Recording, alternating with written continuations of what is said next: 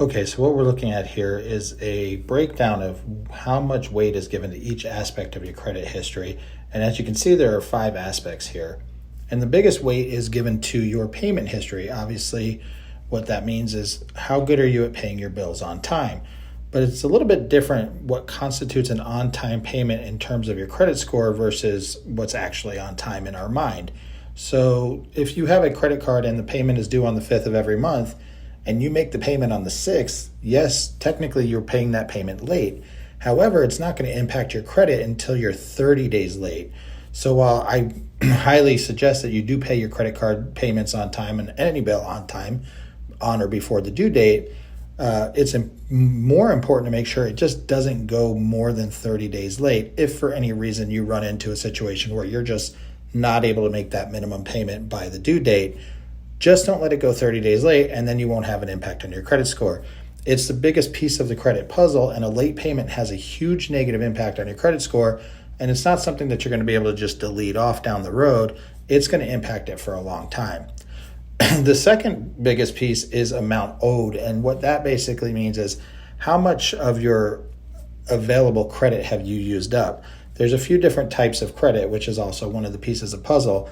There's installment debt, which are things like car loans, and revolving debt, which are things like credit cards. And what revolving debt is something that you can charge, pay off, and then charge again. Whereas an installment debt, you can't do that. It has a defined start and end period. So if your revolving debt balances are close to the limit, that's a very negative impact on your credit score. Best case scenario is that you actually keep that balance below 30% of the limit, but at the very least keep it below 50% of the limit. So if you have credit cards with a $2,000 maximum, you don't want to go over $1,000 if you can avoid it. Best bet would be to go under 30% of $2,000, which is under $600. The next biggest piece is the average age of your credit. One of the biggest mistakes I think people make when they're trying to improve their credit is they think, oh, if I pay off this credit card and close it, that's going to help my credit score. That's not true. If age of credit and how long you have good credit open actually is a pretty big piece of your credit score. So it's okay to pay off your credit card accounts. Just make sure that you keep them open. And some creditors will close it if you don't use it after a while. So it's best to use it and then pay it back off if possible every couple months, just to make sure that that account stays open and active and is contributing to your credit score. We had already talked a little bit about the types of credit. The FICO algorithm really likes to see a mix of credit. Some people have maybe just car payments and student loans. Some people maybe have just a couple credit scores. The best case scenario credit cards.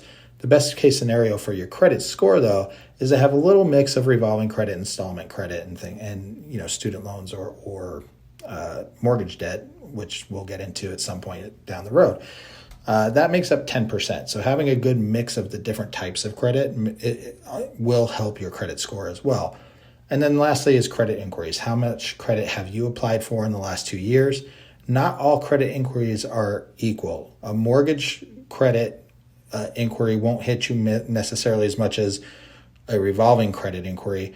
And it's not like there's any formula for one inquiry equals X amount of points. It's different for everybody because what FICO does is it looks at the entire picture. And if you are somebody that doesn't have a great payment history and you're inquiring about getting a bunch more credit and you have 3, 4, 5, 6 inquiries, that's going to hurt you more than somebody with an 800 credit score that's applying for one loan.